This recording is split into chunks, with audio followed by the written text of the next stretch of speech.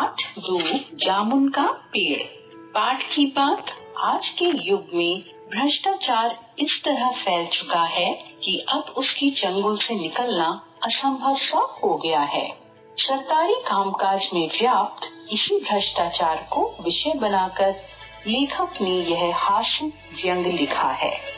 बातचीत करें, बच्चों को पाठ के माध्यम से सरकारी कार्यालयों की संवेदन शून्य होती परिस्थितियों, समाज में व्याप्त भ्रष्टाचार तथा वाद विवाद की निरर्थकता के बारे में बताइए और इस विषय में प्रश्न पूछिए। जीवन मूल्य, लोगों की संवेदन शून्यता, स्वार्थपरता, विवेकहीन कार्य प्रणाली। रात को बड़े जोर का अंधड़ चला। सेक्रेटेरिएट के लॉन में जामुन का पेड़ गिर पड़ा। सुबह जब माली ने देखा तो उसे पता चला कि पेड़ के नीचे एक आदमी दबा पड़ा है। माली दौड़कर चपरासी के पास गया। चपरासी दौड़कर क्लर्क के पास गया। क्लर्क दौड़कर सुपरिटेंडेंट के पास गया तो सभी लॉन में आ गए। मिनटों में गिरे हुए पेड़ के नीचे दबे हुए आदमी के चारों ओर भीड़ इकट्ठी हो गई। बेचारा जामुन का पेड़ कितना फलदार था, एक क्लर्क बोला, और इसकी जामुनें कितनी रसीली होती थी। दूसरा क्लर्क याद करते हुए बोला, मैं इसके फल झोली भर कर ले जाता था। मेरे बच्चे इसकी जामुन कितनी खुशी से खाते थे। तीसरा क्लर्क रुआंसा होकर बोला, मगर यह आदमी, माली ने दबे हुए आदमी की ओर इशारा किया। हाँ, यह आदमी। सुपरिटेंडेंट सोच में पड़ गया। पता नहीं जिंदा है कि मर गया। मर गया होगा, जिसकी पीठ पर इतना भारी पेड़ गिरे वह कैसे बच सकता है। नहीं, मैं जिंदा हूँ, दबा हुआ आदमी करहा कर बोला। जिंदा है? एक क्लर्क ने ताज्जुब से कहा।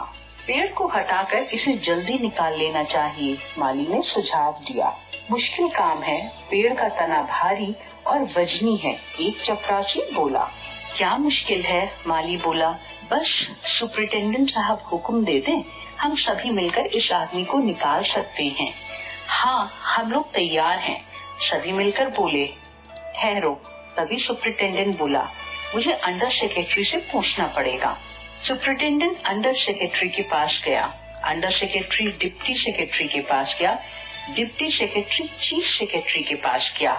कोई कुछ कहता, कोई कुछ कहता, फाइल चलती रही। इसी में आधा दिन बीत गया। दोपहर के खाने पर दबे हुए आदमी के चारों ओर बहुत भीड़ इकट्ठी हो गई थी।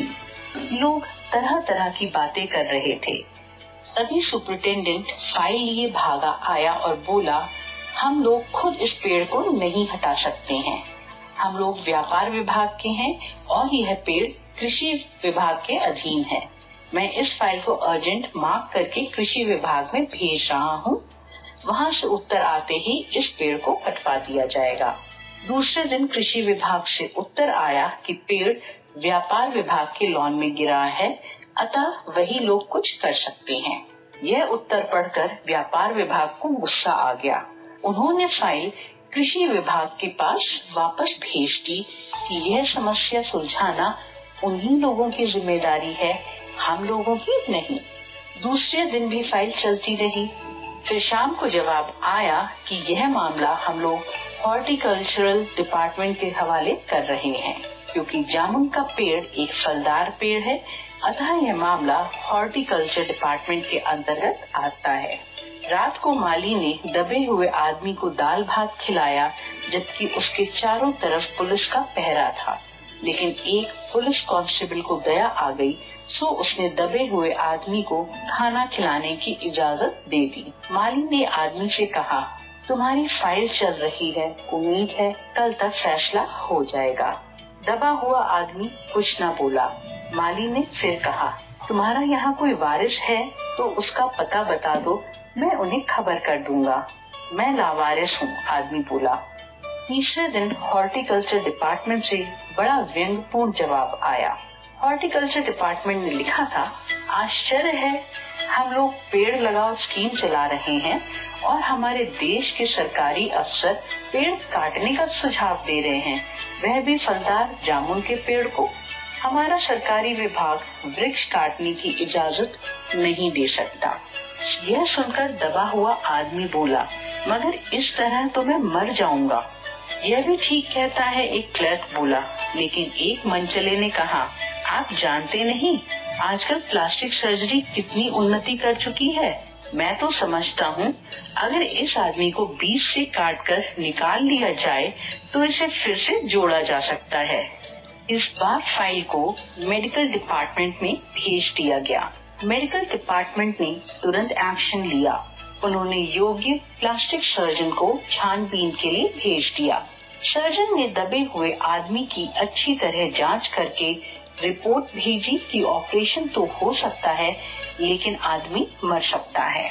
इसलिए यह फैसला रद्द कर दिया गया। रात को माली ने दबे हुए आदमी के मुंह में खिचड़ी खिलाते हुए बताया कि अब मामला ऊपर चला गया है, उम्मीद है सब काम ठीक हो जाएगा।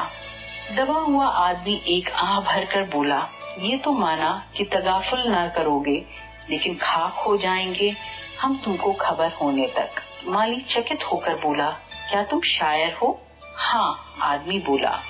दूसरे दिन माली ने चपरासी को बताया। चपरासी ने क्लर्क को। थोड़ी देर में यह खबर चारों ओर फैल गई। शाम होते होते सेक्रेटेरिएट का लॉन भांति भांति के कवियों से भर गया और दबे हुए आदमी के चारों ओर कवि सम्मेलन सा माहौल हो गया। यह सूचना सेक्रेटेरिएट तक पहुंची तो कमेटी ने फैसला किया, चूंकि दबा हुआ आदमी एक कवि है इसलिए इस फाइल का संबंध कल्चरल डिपार्टमेंट से है। अब फाइल कल्चरल डिपार्टमेंट के पास पहुंचा दी गई। वहां अनेक विभागों से गुजरती हुई साहित्य अकादमी के सेक्रेटरी के पास पहुंची। वह तुरंत दबे हुए आदमी का इंटरव्यू लेने पहुंच गया। तुम कवि हो? उसने पूछा। जी हाँ। किस उपनाम से शोभित हो? ओस। ओस? सेक्रेटरी जोर से चीखा।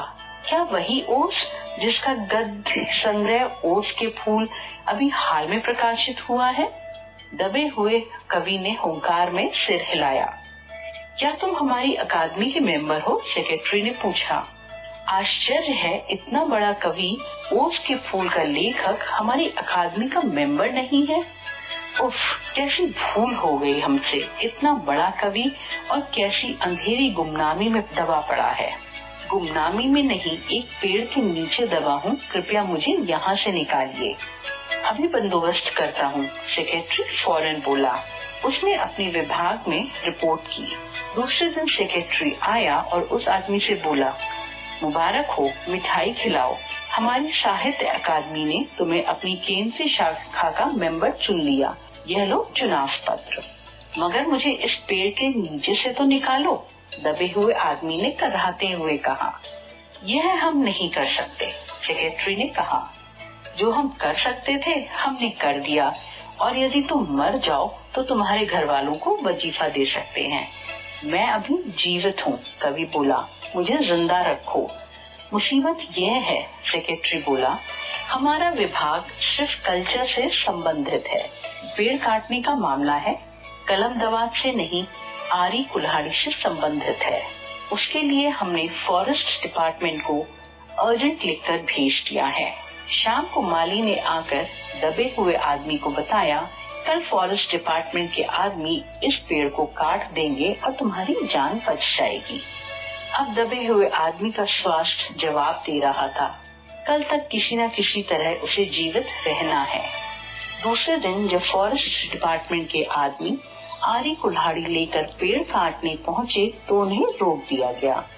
मालूम हुआ कि विदेश विभाग से आदेश आया था कि पेड़ को न काटा जाए।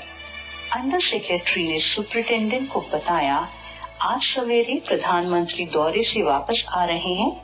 आज 4 बजे विदेश विभाग इस पेड़ की फाइल उनके सामने पेश करेगा। जो वे फैसला देंगे वही सबको स्वीकार होगा। शाम के 5 बजे स्वयं सुपरिटेंडेंट कवि की फाइल लेकर उसके पास पहुंचा और खुशी से चिल्लाया, सुनते हो, प्रधानमंत्री ने इस पेड़ को काटने का हुक्म दे दिया है। कल यह पेड़ काट दिया जाएगा और तुम इस संकट से छुटकारा हासिल कर लोगे। सुनते हो, आज तुम्हारी फाइल पूर्ण हो गई। मगर कवि का हाथ ठंडा था। आंखों की पुतलियां निर्जीव और चींटियों की लंबी पात उसके मुंह में जा रही थी। उसके जीवन की फाइल पूर्ण हो चुकी थी। कृष्ण चंद्र।